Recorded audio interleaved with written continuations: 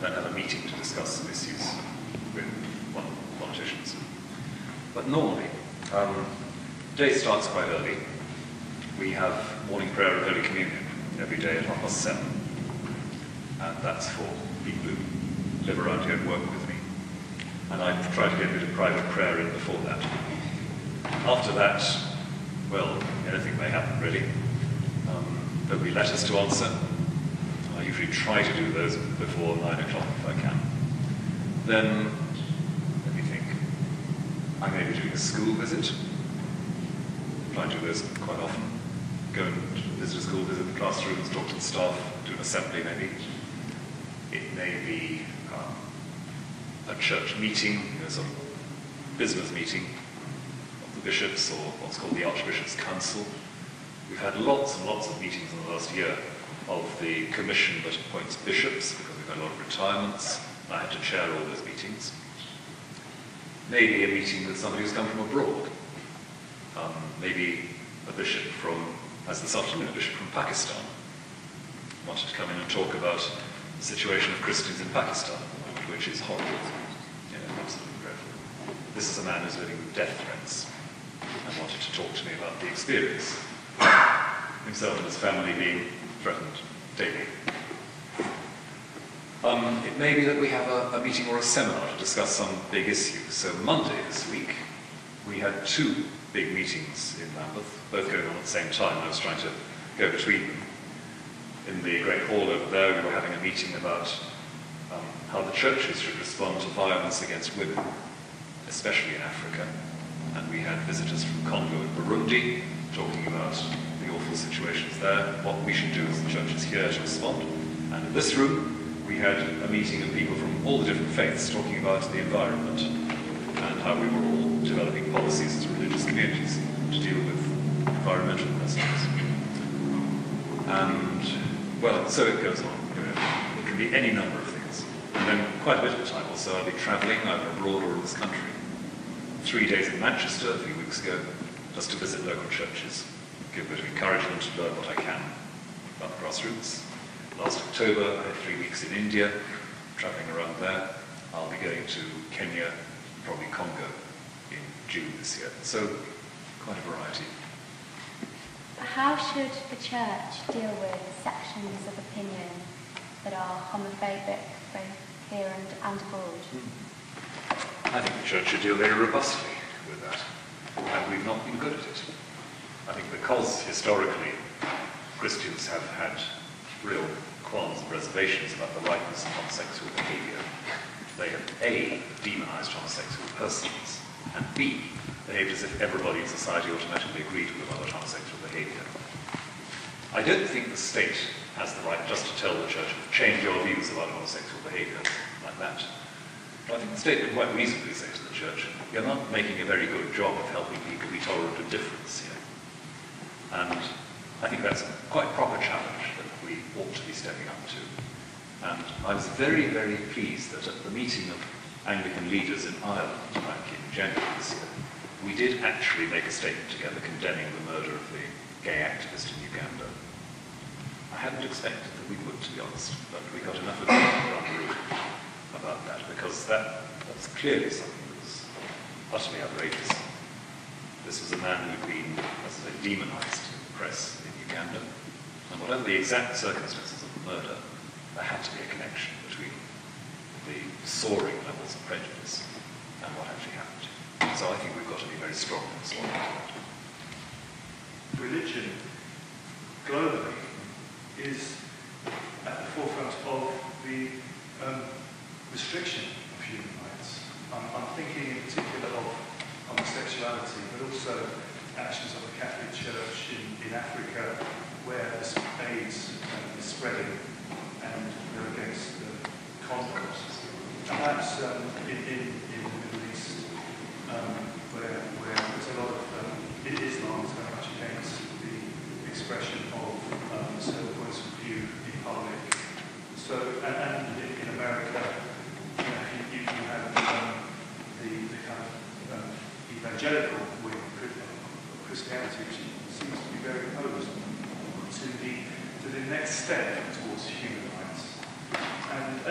your own church and its attitude towards gay priests and bishops, I think, leaves much to be desired. So, Christianity and religion may have taken us so far, but isn't it time to give way? Yeah. Good question. And it's going to be this is where I run. This is, I think, one that needs a bit of background. So bear with me if I think out loud.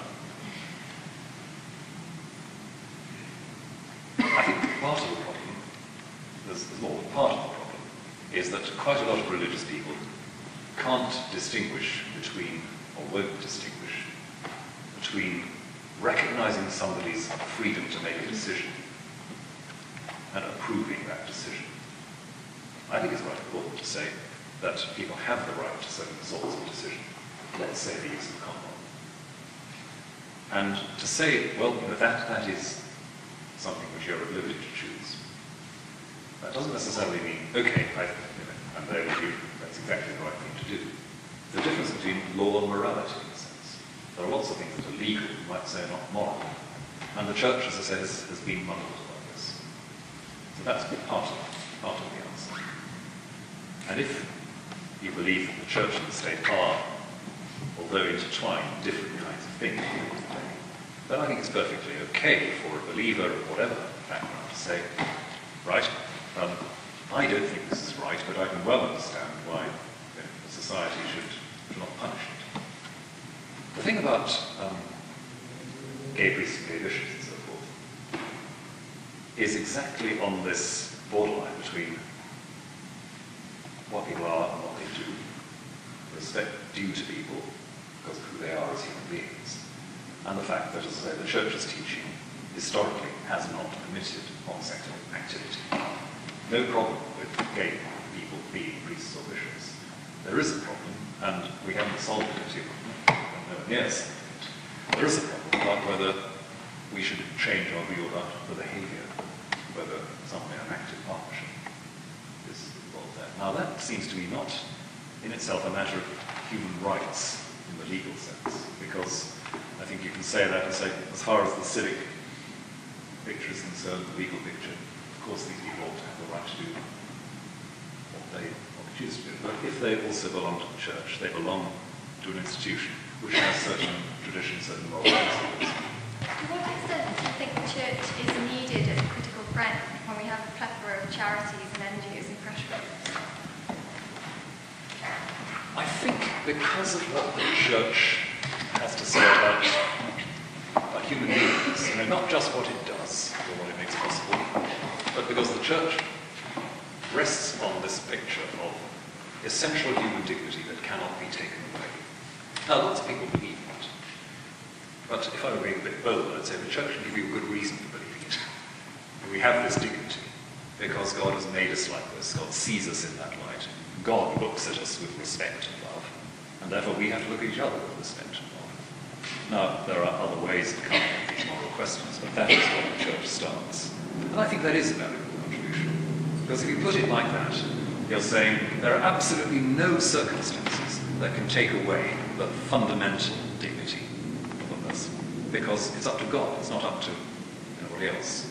So, again, in an ideal world, not always like this, the church ought to be one of those bodies that is saying, in an unjust, racist, and corrupt society, you simply cannot ignore that section of the human race.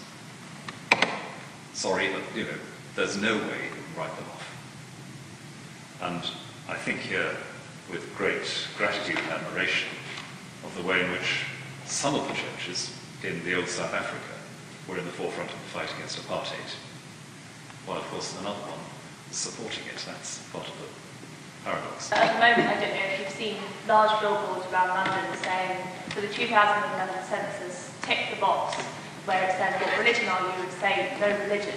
And similarly, and I think that sort of comes under this rising campaign of quite forthright and sometimes very aggressive secularism that's popularised and has been very popular by a number of books, commentators, The God Delusion being the most famous. Why do you think that there is this growing movement And how do you think the church should respond? I think probably 20, 30 years ago, there wasn't quite that aggressiveness, as you describe it, in public discussion. I think it's partly a reaction to religion suddenly having come back into focus with 9/11 and the paranoia that some people feel about the Muslim world, and the paranoia people also feel about the evangelical right in the United States of America too. Suddenly religion looks dangerous. And whereas I might say that the thing that drives out bad religion is good religion, clearly somebody like Richard Dawkins believes that the thing that drives out bad religion is bad science. And I'm not impressed, really. There are so many gaps in argument, so many misstatements, so many, frankly, distortions even of the scientific method in the sort of popular stuff that comes out in those circles that I'm surprised it does have the market it does. But, it's dramatic. It's headline stuff. Leading scientist says God is rubbish. Well, that sells newspapers. Leading scientist says, well, maybe religion's okay. That's not a headline. And headlines and slogans on buses have to be short, snappy, and wrong. So it's a little bit of that sheer anxiety that's come up. For a lot of the 20th century, people of a certain kind in this country and Europe believed religion is dying quietly. So there, let it go. Suddenly, religion came back with noise and bombs and threats, and then there's people who thought maybe it'll just fade away. But no, we've got to fight it, we've got to kill it. Just as in the 18th century, Voltaire, a great agnostic philosopher of that era, used to say, "Écrasez l'infâme," crush this vile thing. Because he was in a setting where religion was really not very good for you. It was run by a very corrupt, very powerful church that could send people to jail and torture people.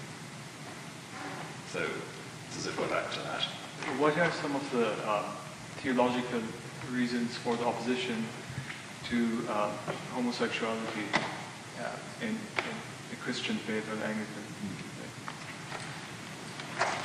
It's mostly, I think, because at the beginning of one of the New Testament books, St. Paul's letter to the Romans, there's quite a strong statement about how homosexual practice is a direct sort of turning upside down of what God wants for human sexual behavior, as if we were all made with heterosexual inclinations and some people deliberately go against them. Now, we know more about homosexuality now than then, so that looks less persuasive. But there it is. It's been part of the tradition, and the basic idea that God made human beings male and female, and made them so as to be capable of the kind of sexual union that produces children. And that's the basis. So anything else is abnormal or non-standard. As I say, anyone who's studied biology, psychology in the 20th century, 21st century, would realize it can't be quite as simple as that. But what I'm saying is we've inherited a very long, very consistent tradition of interpreting that very straightforwardly. And that's not going to turn around overnight. There's lots more work we have to do. That's where it comes down to, really. So how does turning it around work? Because with politics, they can just vote something through if you've got a majority government. With law, well, common law, perhaps it changes a bit slower, bit at a time. But with the church, can you just say, no, we're not doing that anymore? Or do you have to, do you have to go around congregation to congregation and say, what are you thinking? Or well, how does it? It is a bit like that. Because in our church, anyway, different bits of the church, different congregations, and different parts of the church in different countries feel and think very differently about this. So part of our difficulty has been that in the American bit of the church, it seems fairly obvious that we should change. And so they've already changed their practices about this. If you're in Africa or Asia, it's almost unthinkable, because it's still a big cultural